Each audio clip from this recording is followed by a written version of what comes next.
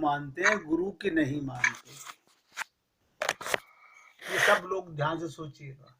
हमें क्योंकि अपना एहसास नहीं है कि मानने वाला कौन है। जब संत महात्मा शरणागति की बातें करते हैं, हम बगले झांकने लगते हैं। हम कैसे शरणागति करें, क्या शरणागति करें। कितनी बार आप लोगों से कहा, मन बुद्धि का सरेंडर, ये शरणागति है। अब मन बुद्धि का सरेंडर करना नहीं आता। मैं कहता हूं सबको आता है। एक एक शब्द ध्यान दीजिएगा। मैं आप लोगों से निवेदन करता हूं, संसार में कोई भी ऐसा नहीं है जिसे मन बुद्धि का सरेंडर करना नहीं आता। तरीका आपको बता देता हूं, अपने आप को पहचानिए। जब आप डॉक्टर के पास जाते हैं, डॉक्टर दवाई लिखता है, आप मन बुद्धि नहीं लगाते। जो डॉक्टर ने कहा वही करते हैं शरीर के लिए। वकील के पास जाते हैं, जो वकील ने कहा वही करते हैं। लेकिन गुरु के पास जाकर के हम सब बुद्धि का इस्तेमाल करते हैं, शरणागति नहीं करते। तो काम बनेगा कैसे, कल्याण होगा कैसे? सोचिएगा, कल्याण होगा कैसे, काम बनेगा कैसे, आप आगे बढ़ेंगे कैसे? लेकिन कौन सोचे, इतनी बातें कभी हम सोचते ही नहीं। हमने कहा, गुरु के शब्दों पर अपने प्राण भी न्यौछावर करने पड़े तो सस्ता सौदा जानिएगा। संत महात्मा कहते हैं, हे पुण्य आत्माओं, हम लेकिन फिर भी अपने आप को स्त्री या पुरुष मानते हैं। हम फिर भी अपने नाम को, शरीर को मैं मानते हैं। ये अज्ञानता इतनी आसानी से नहीं जाती, क्योंकि शरणागति करना, कहना बड़ा आसान है। रामानुज संप्रदाय में शरणागति की बहुत व्याख्या की गई, लेकिन कितने लोग शरणागत हुए? जो हुए वो संत बन गए, वो भगवत प्राप्ति कर गए। जो संत की शरणागति सच्ची ग्रहण कर लेता है, वो भक्त बन जाते हैं और उनका परम पद सुनिश्चित होता है। तो हम चर्चा कर रहे थे प्रेम की आपके साथ में। प्रेम में ऐसा निश्चय होना चाहिए कि प्रियतम को छोड़कर रहना नहीं, रह नहीं सकते, और उसके साथ कभी दूरी का एहसास ना हो।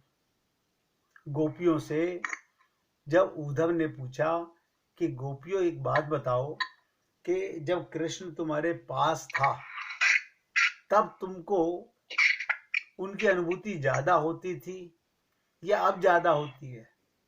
तो क्या कहा गोपियों ने, हमें अब ज्यादा अनुभूति होती है। क्यों? पहले तो हमारे मन में ये भ्रम था कि हमारे सामने हैं, हम जाके नंद भवन में मिलाएंगे, यशोदा मैया के लाला को दिखाएंगे। लेकिन हमसे दूर क्या गया, वो हर क्षण के लिए करीब हो गया। ये भगवत प्राप्ति है, ये प्रेम है, ये प्रेम की अनुभूति है। एक सेकंड भी हर सांस में हो सुमिरन तेरा। हृदय में प्रियतम के रहते हुए दूसरे में उलझे रहना। आप सोचिएगा, हृदय में भगवान रह रहा है और हम दूसरे में उलझे रहना, अपने प्रियतम के प्रति अशिष्टता है, ये हो नहीं सकता। बार बार आप लोगों से निवेदन करता हूं कि जग चर्चा मत करो, बिना किसी काम के अपना समय बर्बाद मत करो। लेकिन किससे कहें? सारा संसार अपने आप को बहुत बुद्धिमान समझता है। हम लोग यही समझते हैं कि हमें पता नहीं हमें क्या करना चाहिए। नहीं पता हमको, हम नहीं जानते सत्य और असत्य क्या, हमें क्या पता। हृदय में प्रियतम के रहते हुए दूसरे में उलझे रहना अपने प्रीतम के प्रति अशिष्टता है, अपमान है उसका। जैसे कोई आदमी हमारे घर आए, ध्यान से सुनिएगा, एग्जाम्पल बता रहा हूं। कोई आदमी हमारे घर आए, हम अपने ही काम में लगे रहें, तो आने वाले के प्रति अशिष्टता है, अपमान है उसका। ऐसे ही हमारा मन भगवान को छोड़कर अब बेटा आ गया है, बेटी आ गई है, अब पति आ गया है, पत्नी आ गई है, बच्चे आ गए हैं, तो क्या इनकी सेवा नहीं करे? सेवा करो भगवान का मान के, या उनमें भगवान देख के सेवा करो। आप सोच लीजिए कि आप ऐसा करते हो। अगर नहीं करते तो हम किसका अपमान कर रहे हैं? अपने गुरु और भगवान का। कभी सोचा हमने? नहीं, ये तो हमने कभी नहीं सोचा। हमने कभी नहीं सोचा। हम अपने गुरु और भगवान का ही अपमान कर रहे हैं। किसी दूसरे की इंद्रियों के द्वारा अपने को सुख पहुंचाने की चाह करना काम है, और अपनी बलि देकर दूसरे को सुखी कर देना प्रेम है। अपने को कष्ट देकर दूसरे को सुखी करना, ये प्रेम है। अब आप सोचिएगा, क्या आपने कभी ऐसा कोशिश की? यदि हमने कोशिश की अपने बच्चों को सुख देने के लिए कष्ट उठा के, वो प्रेम नहीं है, वो तो स्वार्थ है तुम्हारा।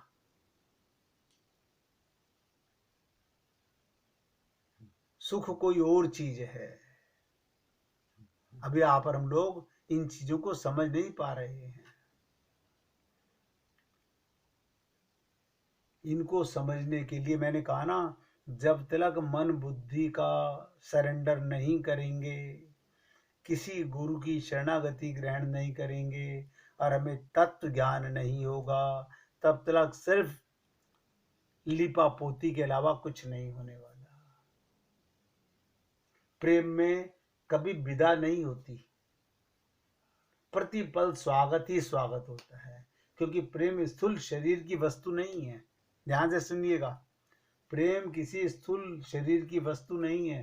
प्रियतम को विदा करके प्रेम शून्य हो जाता है। एक बार प्रेम होने के बाद हमेशा भगवान का दर्शन, भगवान का साक्षात्कार, उसकी अनुभूति। आप बताइए, कभी आपने सांसों को कहा अब कल आना, मैं थोड़ी देर सो जाऊं, अब तुम आधा घंटे मेरे को सांस दुखी मत करना? बिना सांसों के नहीं रह सकते ना, रह नहीं सकते। ये बात तो सच है। बिना भगवान के रह सकते हो? इसका एहसास नहीं है। इसलिए मैंने कहा, प्रेम में कभी विदा नहीं होती। मंदिर के पट बंद कर दिए, मन मंदिर के पट कैसे बंद करोगे? परमात्मा को दूर कैसे करोगे? प्रतिपल स्वागत ही स्वागत है, आनंद ही आनंद है, क्योंकि प्रेम स्थूल शरीर की वस्तु नहीं है। प्रियतम को विदा करके प्रेम शून्य हो जाता है। प्रियतम को अपना विषय बनाए रखना ही प्रेम का जीवन है। अपने सांसों में प्रेम है, सांसों में भगवान है, हर सांस में हो सुमिरन तेरा। कितने लोग कर पाते हैं? कितने लोग समझ पाते हैं इन बातों को? प्रेमी प्रियतम की बुद्धि, भावना और क्रिया को अपनी बुद्धि की तुला पर तोलती है। ध्यान से सुनिएगा, प्रेमी प्रियतम की बुद्धि, उसकी भावना और उसकी क्रिया को अपनी बुद्धि की तुला पर तोलता नहीं है, अपने प्रेम की भी तुलनात्मक समालोचना की कसौटी पर भी नहीं तोलता। सर्वदा ही प्रियतम के व्यवहार की व्याख्या करता है। प्रेम ही सर्वोत्कृष्ट कथावाचक है, जो बिना शब्दों के उसका एहसास करता रहे, मुख से बोला ना जाए, यानी गूंगे का गुड़ जिसे बोलते हैं, ऐसा रस जिसे शब्दों में बताया ना जा सके।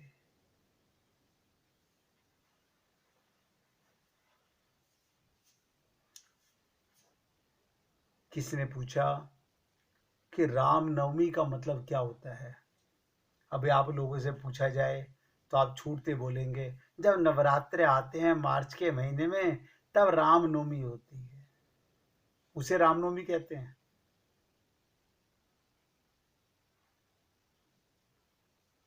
वो रामनवमी नहीं है जिसे आप लोग रामनवमी समझ रहे हैं। हर वर्ष रामनवमी आपको मौका देती है, हर वर्ष। लेकिन हम रामनवमी खत्म हुई, नवरात्रे खत्म हुए, हम भूल जाते हैं। जो आकर के चली जाए वो रामनवमी कैसी, बताइएगा।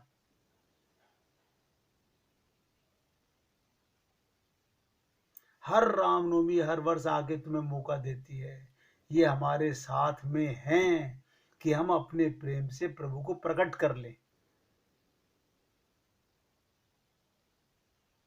यूं तो वो बस इंतजार कर रहे हैं हमारी हाँ का।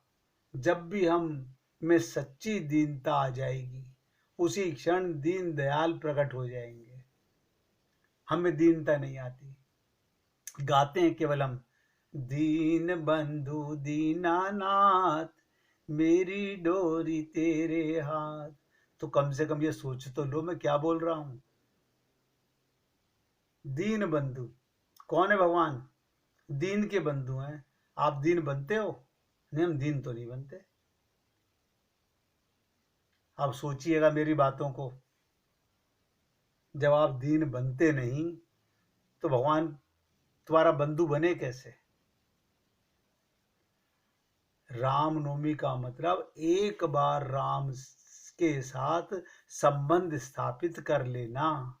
नहीं, हम तो वो हलवा बना करके कन्याओं को जिमा करके 10-10 रुपए ऊपर रख करके खुश हो लेते हैं, आज हमने रामनवमी कर ली। क्यों? कोई संत महात्मा नहीं, नहीं संत महात्मा तो बताते हैं, लेकिन हम अपनी सास की माने, माँ की माने? कौन मानता है संत महात्माओं की बातें? सब वही लीपा पोती करते हैं, मैं रोज देखता हूं, हर वर्ष देखता हूं।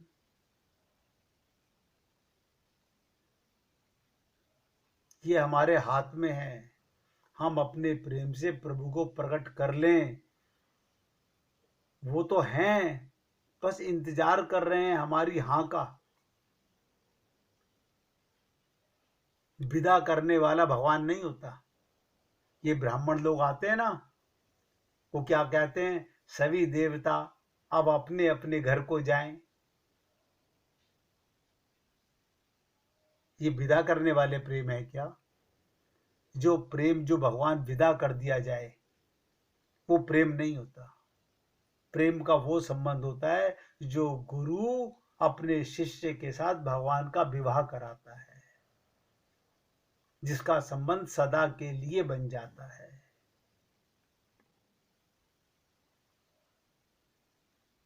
जब भी हम में, मैंने भी एक से शब्द कहा था आपसे, अगर भूले ना हो, ये नोट करने वाले लोग लिख भी लेते हैं।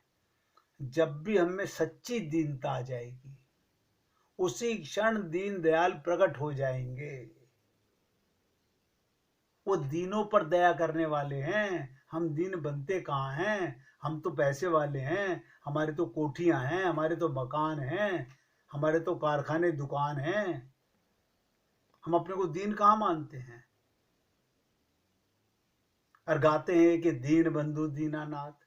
वो दीनों के बंधु हैं, ये सत्य है। हम दीन अपने को मानते नहीं।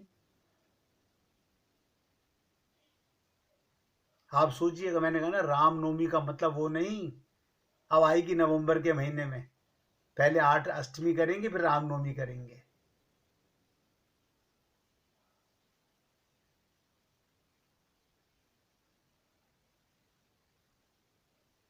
अभी तो हम भी शंकर भगवान के धनुष को तोड़ने में बाकी राजाओं के साथ लगे हुए हैं।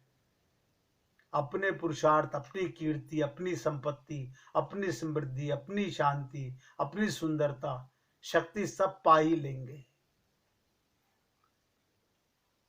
हम अभी हम हारे कहाँ हैं सोचिएगा।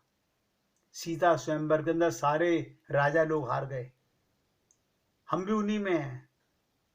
अभी भी हम अपने पैसे का अहंकार, पोजीशन का अहंकार, अपने ज्ञान का अहंकार करते हैं।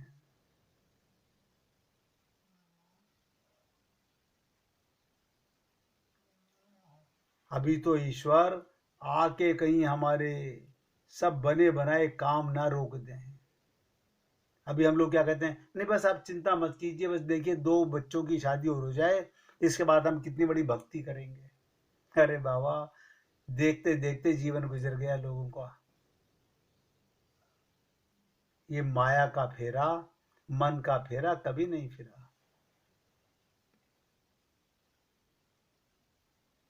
जब उसका काम होगा तब उसको भी बुला लेंगे।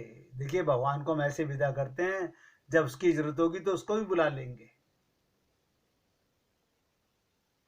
हम वो तो कर लें जो हमारे किए से ही हो रहा है, इतनी मेहनत कर रहे हैं जो संभव करा है, उसका फल तो आने दो भाई। ईश्वर को भी क्यों परेशान करना, मिनट मिनट में ईश्वर का समय भी आएगा ही।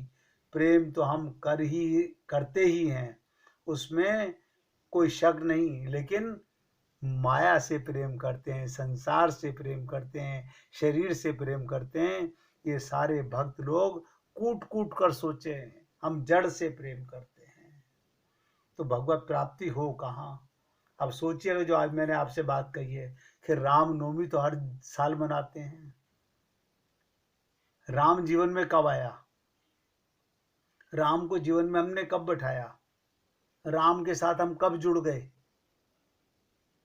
हमने तो रामनवमी को विदा कर दिया, अगले साल फिर आएगी। अब इस साल ये काम करना रह गया था, इस बार कन्याओं को ये बांटा, अगली बार ये बांटेंगे। ये हमारी प्लानिंग है, ये हमारी रामनवमी है। मैं क्या कहूँ, आप लोगों ने जो भी कुछ सीखा है वो लिपा पोती सीखी है, प्रेम नहीं सीखा है। बहुत संत महात्मा हमारे जीवन में आए हैं, हम लोगों ने बहुतों का सत्संग भी सुना है, लेकिन किया वही है जो हमारा मन मानता है। हमने किसी की भी बात को सिरोधार नहीं किया। इसलिए आपसे निवेदन करता हूं, प्रेम में कभी विदा नहीं होती, प्रतिपल स्वागत ही स्वागत है, क्योंकि प्रेम स्थूल शरीर की वस्तु नहीं है। प्रियतम को विदा करके प्रेम शून्य हो जाता है। प्रियतम को अपना विषय बनाए रखने में ही प्रेम का जीवन है। प्रेम का मतलब वो ऐसे आ गए क्या, वो मुझ में रमने लगे, मुझ में रमे रहते हैं। अब उन्हें निकालना चाहूं तो निकालते नहीं। कई बार आप लोगों को लीला सुनाई है ना, कि वृंदावन के अंदर एक गोपी यमुना जी पर बैठी हुई अपने हाथ पैरों पर झाड़ा मार रही है। एक संत बोले, क्या हो गया मैया, कोई मकड़ी चढ़ गई क्या,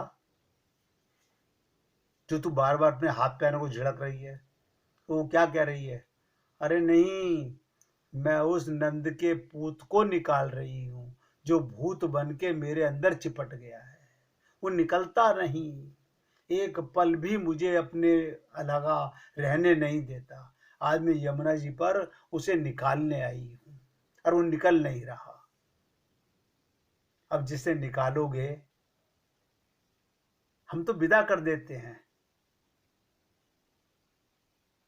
और मैं देखता हूँ हर घर के अंदर सब लिपा पोती हो रही है, सब त्योहार आते हैं, बस अब देवता विदा हो गए, अब अगले साल फिर देखना हम क्या करेंगे। इस साल हमने ये बांटा, अगले साल ये बांटेंगे। ये हमारी नवरात्रि है, ये हमारी रामनवमी है। अगर वाकई में आप लोग अपना जीवन कल्याण करना चाहते हो और इसी जन्म में भगवान को पाना चाहते हो, तो प्रेम कभी विदा नहीं होता। प्रेम का मतलब एक बार आया तो सदा के लिए आया। वो प्रेम ही नहीं है जो आके चला जाए। नोट कर लीजिएगा, वो स्वार्थ था, वो काम था। जिससे तृप्ति हो जाए वो प्रेम नहीं है, जिससे पेट भर जाए वो प्रेम नहीं है। अतृप्त रहना, प्यासे रहना, इसका नाम प्रेम है।